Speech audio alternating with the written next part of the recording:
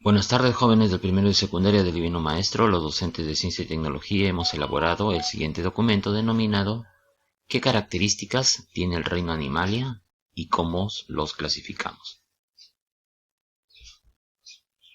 Observa el siguiente video según la dirección electrónica de YouTube. Si no tienes internet, puedes observar las fotos que se adjuntan y responde a las siguientes preguntas. ¿Qué son los animales y qué animales conoces? ¿Qué características tienen los animales? ¿Qué criterios emplean los zoólogos para clasificar a los animales? Respondemos estas preguntas mentalmente.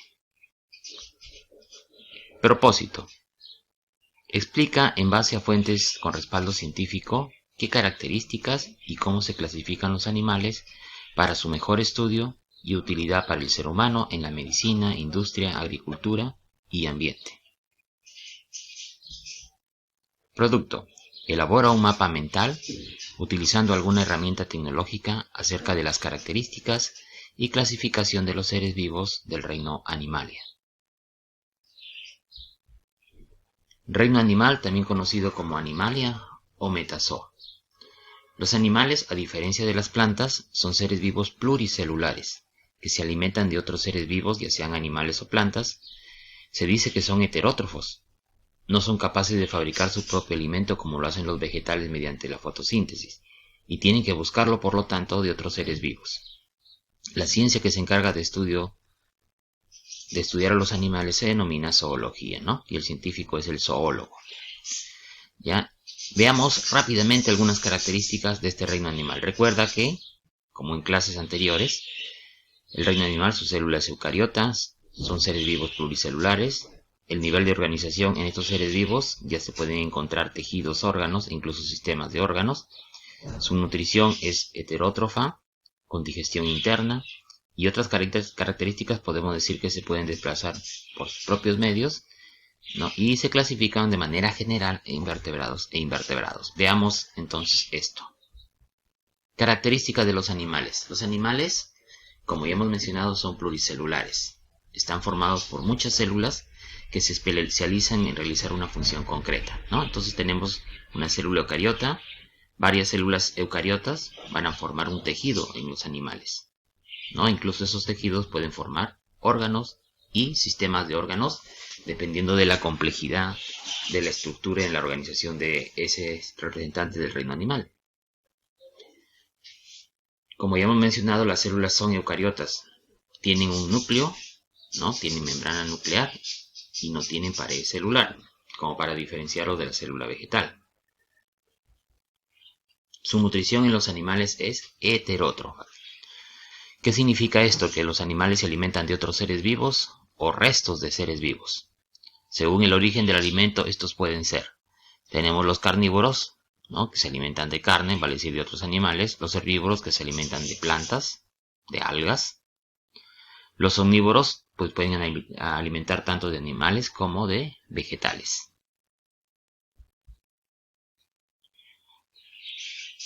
Otra característica del reino animal es que poseen gran sensibilidad, debido a que presentan órganos de los sentidos, ¿no? Imagínate, por ejemplo, un mamífero. Un mamífero, ¿no? Tiene bien desarrollado, por ejemplo, el olfato, el tacto, la visión, ¿no? Y otros órganos de los sentidos dependiendo del mamífero. Tienen capacidad de desplazamiento también los animales. La mayoría de ellos se desplaza de un punto hacia otro, lo que les va a permitir justamente buscar su alimento, huir del peligro, reproducirse, etcétera, etcétera. Clasificación de los animales. Una clasificación muy sencilla es si los animales tienen o no columna vertebral. Si tienen columna vertebral, estamos hablando de que se denominan vertebrados. ¿Ya? Esa columna vertebral forma parte del esqueleto interno o también llamado endoesqueleto, ¿no? Por ejemplo, en el caso de las aves. Los invertebrados, estos no poseen columna vertebral. Pueden carecer de esqueleto, como en el caso de los gusanos, o inclusive puede tener un esqueleto, pero su esqueleto ya no es interno, sino es externo. A eso se llama exoesqueleto, como en el caso de los insectos. Bueno, acá tenemos un escorpión, ¿no? Si este animalito se muriera, quedará solamente la parte externa, que es el exoesqueleto. Entonces hemos dicho que los seres vivos del reino Animalia de manera sencilla se dividen en vertebrados porque tienen columna vertebral y los invertebrados que no tienen columna vertebral. Lógicamente hay otras clasificaciones aparte de las que estamos mencionando. Bueno, acá tenemos un cuadro de resumen de cómo clasificar a los vertebrados e invertebrados en diferentes grupos. Por ejemplo, si el invertebrado, ¿no? Recuerden que los invertebrados no tienen columna vertebral, no tiene patas articuladas, ¿no? Puede tratarse de los siguientes grupos de invertebrados. Por ejemplo, si el cuerpo es simple y tiene numerosos poros, simplemente pertenecen a los poríferos. Si el cuerpo tiene forma de saco y tiene tentáculos, pertenece a los nidarios o también llamados celenterios. Si su cuerpo es blando y alargado y no tiene concha, entonces son los gusanos. Por ejemplo, ahí tenemos los anélidos, los platelmintos, los nematelmintos. Si el cuerpo está cubierto por placas calcáreas y tiene espinas, entonces pertenecen al grupo de los equinodermos, por ejemplo, la estrella de mar, el erizo de mar. Si el cuerpo es blando y posee una concha ya sea externa o interna, se denominan moluscos, como en el caso de los caracoles, los pulpos. Otro criterio en los invertebrados es la presencia de patas articuladas. Si tienen patas articuladas, pertenecen al grupo de los artrópodos. Por ejemplo, ahí tenemos a los crustáceos, los insectos, los arácnidos. El otro criterio general era la columna vertebral, ¿no? Entonces ahí son los vertebrados siempre y cuando la tengan la columna vertebral. Entonces acá tenemos tipos también de vertebrados. Si su piel está cubierto por escamas, ¿no? Y tiene una piel húmeda porque vive en ambientes acuáticos, entonces son el grupo de los peces. Si su cuerpo, su piel es desnuda y tienen una doble vida tanto en la tierra como en el agua, ¿no? Combinan ese tipo de vida, entonces son anfibios. Si su cuerpo está cubierto por escamas superficiales, ¿no? Y su piel es seca, entonces esos son reptiles, ¿no? Y cuando caminan rectan, de ahí el término de reptiles. Si su cuerpo está cubierto de plumas, entonces son las aves. Y si su cuerpo está cubierto de pelos, pertenecen al grupo de los mamíferos. Importancia económica del reino Animalia. No, entonces el reino Animalia, igual que el reino vegetal, tiene su importancia en diferentes campos, ¿no? Por ejemplo, en la medicina, en los ecosistemas, en las industrias, ¿no? En el campo agrícola, etcétera, etcétera. Veamos alguna de sus importancias. El papel que juegan los miembros del reino Animalia dentro de la alimentación del ser humano es vital, ¿no? Muchos de nosotros consumimos, por ejemplo, productos como carnes de animal, ¿no? Estamos hablando, por ejemplo, del pollo, carne de res, etcétera, etcétera. Todos son importantes en la alimentación. Otros representantes del reino Animalia son empleados como medio de transporte, ya sea para el ser humano o transportar carga, ¿no? Por ejemplo, los burros, los caballos. En otros casos, el ser humano les da un uso laboral, como arar el campo, en el caso de los toros, ¿no? De los bueyes. También los animales sirven como campo de estudio para muchas ciencias, de las cuales se derivan grandes avances en medicina, ¿no? Acuérdense de los ratones de laboratorio, ¿no? Los conejillos de India. Son animales de experimentación, donde se pueden probar, por ejemplo, vacunas, ¿no? Para desarrollar justamente ese tipo de vacunas, ¿no? Que nos vayan a proteger de agentes infecciosos. Dentro de, por ejemplo, está el COVID-19.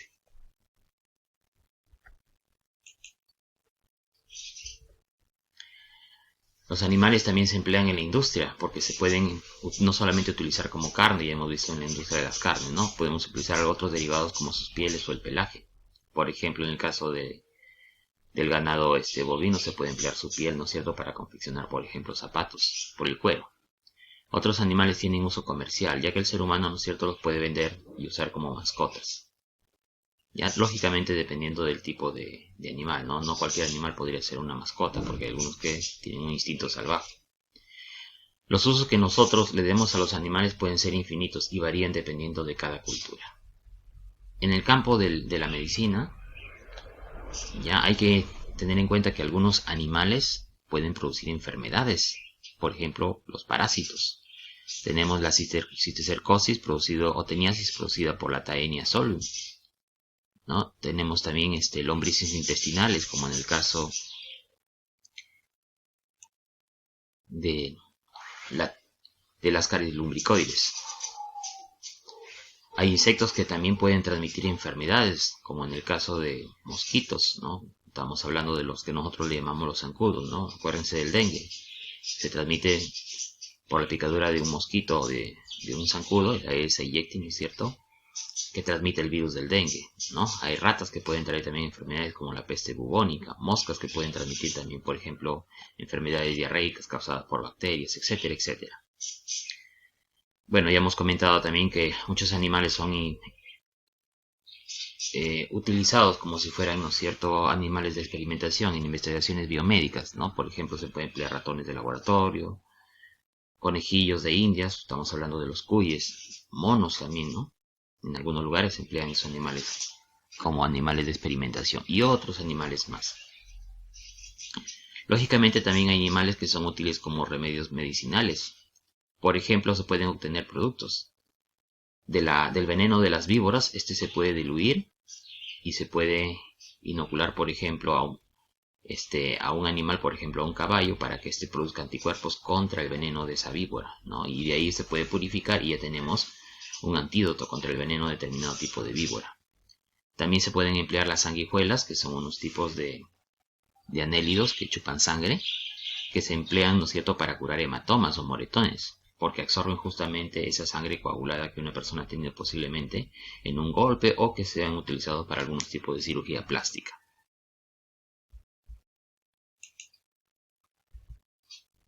Importancia ecológica que tienen los animales. Los animales dentro de los ecosistemas o los ambientes cumplen cientos de miles de funciones dependiendo de la especie.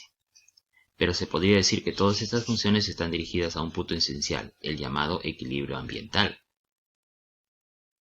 Gracias a los animales se establece un equilibrio natural en el cual empieza por una cadena alimentaria, ¿no? Por ejemplo, tenemos un organismo autótrofo. Este es alimento de un consumidor primario, que es un animal, que es un alimento de un consumidor secundario, que es otro animal, ¿ya? El cual al morir será descompuesto por otros organismos, estamos hablando por bacterias y hongos, los descomponedores, cuya materia orgánica servirá de abono, ¿no es cierto?, para nuevamente que la cadena trófica se mantenga, ¿no? Entonces son importantes, ¿no es cierto?, los animales en las cadenas tróficas para el equilibrio justamente de esas cadenas. Ticket de salida. ¿Qué es lo más importante que aprendiste en la clase de hoy? ¿Entendiste la clase de hoy? ¿Cómo lo sabes? ¿Qué preguntas tienes sobre la clase de hoy? Bueno, una segunda parte, ahora vamos a tratar cómo se clasifican los animales. Observa la silueta de los siguientes animales y responde a las siguientes preguntas. ¿Qué son los animales? ¿Cuáles de ellos que estás observando son vertebrados o invertebrados? ¿Por qué? ¿Cómo es la clasificación taxonómica en el reino Animalia? Bueno, respondemos las preguntas mentalmente y continuamos. Criterios de clasificación de los animales. La clasificación de los principales taxones, miren acá solamente mostramos algunos, son como 40 taxones aproximadamente, se hace teniendo en cuenta criterios como los que se muestran en este cladograma, ¿no? Un cladograma no es otra cosa que un gráfico de la clasificación, en este caso del reino Animalia. A ver, tenemos, ustedes ya saben, ¿no es cierto?, cuando hemos tratado los reinos de la naturaleza, que los animales provienen, ¿no es cierto?, en la escala evolutiva del reino protista. Ese protista unicelular se convirtió en pluricelular y de acá, ¿no es cierto?, comienzan a formarse en la escala evolutiva los diferentes grupos de animales. Entonces, un criterio para clasificarlos es si tienen tejidos o no tienen tejidos verdaderos los animales. Si no tienen tejidos verdaderos, pertenecen al grupo de las esponjas. Y si tienen tejidos, entonces tenemos que seguir otro criterio. Otro criterio podría ser la simetría, ¿no? Si la simetría es radial o la simetría es bilateral. Y el término de simetría significa, si lo cortara, ¿no es cierto?, por ejemplo, la bilateral lo corto por la mitad del animal, desde arriba hacia abajo, ¿no es cierto?, me va a dar dos partes iguales. Y la radial significa que no me va a dar dos partes iguales, sino que la simetría se va a dar, ¿no es cierto?, cuando yo corte en diferentes radios, de ahí el término de simetría radial. Si la simetría es radial, entonces, por ejemplo, tenemos al grupo de los cnidarios. Y también está incluido los equinodermos, pero lo vamos a tratar más adelante dentro de otro grupo. El otro criterio, aparte de la simetría, es verificar si el animal tiene celoma o no tiene celoma. El celoma es una cavidad corporal que se encuentra internamente en los animales, ¿ya? Entonces, si no hay celoma, entonces podemos decir que son acelomados. Por ejemplo, ahí tenemos los gusanos planos. Si existe ese celoma, hay que ver, ¿no es cierto?, si es un verdadero celoma, un celoma en sí, o euceloma también se denomina, o es un falso celoma, a eso se denomina un pseudoceloma. Como en el caso de los pseudoceloma tenemos a los gusanos redondos y a los rotíferos. Y los que tienen verdadero celoma, ahí viene ya otro criterio de clasificación en términos del desarrollo embrionario en función del futuro embrión cuando recién se está formando, si tiene o no el blastóporo que va a dar origen a un desarrollo protostomado o a un desarrollo deuterostomado. Si es un desarrollo protostomado, hay que ver si ese animal va a tener segmentación o no. Si no existe segmentación, simplemente es un molusco. Y si hay segmentación, puede ser un anélido o puede ser un artrópodo. Si hay un desarrollo deuterostomado, hay que ver también nuevamente si hay o no segmentación. Si no hay segmentación en el cuerpo de ese ser vivo, entonces llamamos equinodermos. Y si hay, entonces ahí tenemos, por ejemplo, los cordados, ¿no? Acá se encuentran el grupo de los vertebrados.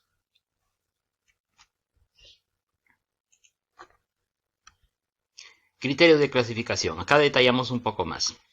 Diferenciación en tejidos y órganos. La mayoría de los animales poseen verdaderos tejidos y verdaderos órganos. La mayoría, no estoy diciendo que todos. Solamente el grupo de los poríferos, también llamados esponjas, no tienen tejidos y órganos verdaderos. Y entonces ese es un criterio. El otro criterio es la simetría del cuerpo. ¿Qué significa esto? Que si se hace un eje de corte, desde la parte superior a la parte inferior, de la parte inicial a la parte final del ser vivo, podemos obtener, por ejemplo, en el caso de esta abeja, ¿no? Si lo cortamos desde la cabeza hasta el abdomen, vamos a tener dos partes iguales. Eso se llama simetría bilateral. Y si lo cortáramos al ser vivo, así como estamos cortando las tajadas, por ejemplo, de una torta, y nos salen tajadas iguales, y acá es un eje, ¿no es cierto?, de tipo radial. Entonces a eso le vamos a llamar simetría radial, como en el caso, por ejemplo, de los nidarios o también llamados celenterios. Ya, entonces existen dos planos de organización corporal, la simetría radial y la simetría bilateral. Algunos animales, como en el caso de las estrellas de mar, ya, y también los cementerios, pero acá está hablando de la estrella de mar, este párrafo, ya, desarrollan simetría radial, o sea, las estrellas de mar también tienen simetría radial cuando son adultas, pero cuando las estrellas de mar tienen sus larvas, etapas juveniles, entonces ahí tienen una simetría bilateral. El otro criterio es el desarrollo embrionario. Estábamos hablando de los protostomados, deuterostomados, ¿no? Acuérdense de eso, ya más adelante lo vamos a volver a utilizar. Debido a la formación de 2 o 3 capas de células durante su desarrollo embrionario, o sea, cuando recién se comienza a formar el embrión, se distinguen entre los animales diblásticos y animales triblásticos. ¿Qué es un animal diblástico? Que cuando se forma el blastodermo, ¿sí?, y comienza, ¿no es cierto?, a invaginarse, formar una invaginación hacia adentro, pueden aparecer dos capas. Una capa externa que se llama el ectodermo y una capa interna que se llama el endodermo. A esos tipos de seres vivos o animales se llaman diblásticos, forman dos capas. Una externa, el ectodermo, y una interna, el endodermo. A diferencia de los triblásticos, que forman tres capas. La capa externa se llama el ectodermo, la capa interna se llama el endodermo, y entre las dos aparece una capa media que se llama el mesodermo. Generalmente son la mayoría de los animales. Por ejemplo, ¿quiénes pueden ser diblásticos? Los poríferos y los nidarios. ¿Quiénes son triblásticos? El resto de los animales, incluidos los vertebrados. Otro criterio es la presencia o ausencia de cavidades corporales cerradas o celoma. ¿Ya? Estábamos hablando de las cavidades corporales, ¿no? O que no las tengan. Vale decir, si son celomados, si son acelomados o si son pseudocelomados. Entonces, podemos clasificarlos de manera general en celomados y acelomados, ¿ya? Pero recuerda que los celomados pueden ser celomados propiamente dichos, o simplemente celomados o eucelomados, o simplemente pseudocelomados. Entonces, el celoma es una cavidad, ¿no es cierto?, que se forma internamente. Ahorita vamos a explicar de una vez. En el caso de los acelomados, ya no tienen esa cavidad interna, no tienen el celoma. De ahí el término de acelomados. En el caso de los celomados y pseudocelomados sí hay una cavidad, pero la cavidad es verdadera en los celomados. ¿Qué significa esto? Por ejemplo, nosotros como vertebrados tenemos, ¿no es cierto?, el intestino, y el intestino está dentro de una cavidad, que está dentro de una bolsa, que se forma lógicamente del tejido medio, que es el mesodermo, ¿no? Y hay un líquido ahí, por ejemplo, se llama el líquido peritoneal. Entonces, eso es una verdadera cavidad. Nosotros somos celomados, por ejemplo. También sucede con el caso de la lombriz de tierra. Tienen celoma. Y los pseudocelomados tienen una cavidad que se asemeja a un celoma, pero no es producido totalmente por tejido mesodérmico. Entonces, de ahí el término de pseudocelomado o falso celomado. Falso celomado. Por ejemplo, ahí tenemos a los nemátodos, ¿no?, que son los gusanos cilíndricos, pero que no tienen segmentación. Por el lugar en donde se forma la boca en el embrión, ya tiene que ver bastante con el blastóporo, se distingue en dos tipos esos seres vivos que son celomados. Tenemos los protóstomos, cuyo blastóporo da origen a la boca en ese tipo de ser vivos, como en el caso de los artrópodos. Por ejemplo, ahí están los insectos. Y los deuterostomos son aquellos que el blastóporo da origen al ano en su etapa evolutiva de desarrollo. Ya, ejemplo, ahí tenemos a todos los vertebrados. Entonces son criterios de clasificación, ¿no? Acá podemos hablar un poco más, miren, ve. Acá tenemos, miren, se está formando, ¿no es cierto?, los tejidos primordiales, ¿no? El ectodermo, el endodermo, y acá entre los dos se va a formar el mesodermo, lógicamente, ¿no? En los triblásticos que estábamos hablando. Pero acá hay una cavidad que se va formando, ese es el blastóporo, ¿ya? El blastóporo, en el caso de los protóstomos, da origen a la boca.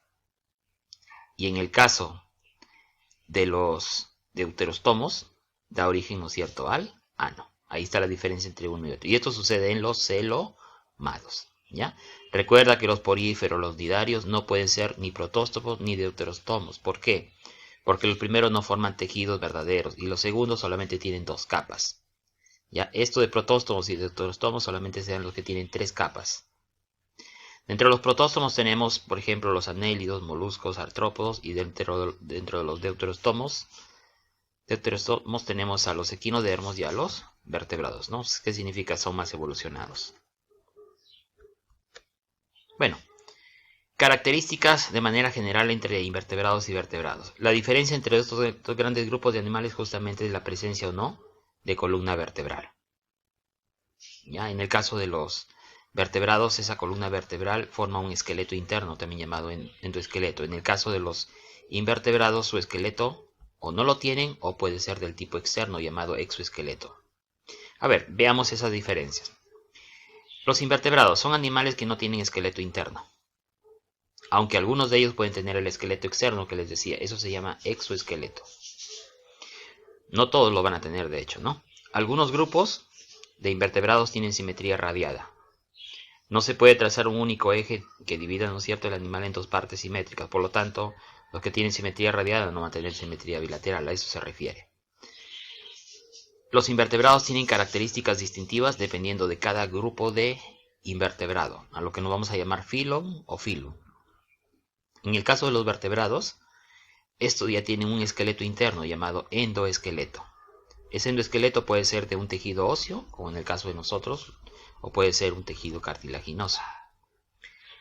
Los vertebrados ya tienen simetría bilateral, es decir, su cuerpo podría dividirse mediante un eje imaginario en dos partes iguales, dos partes simétricas. La división del cuerpo de los vertebrados de manera general tiene cabeza, tronco y extremidades.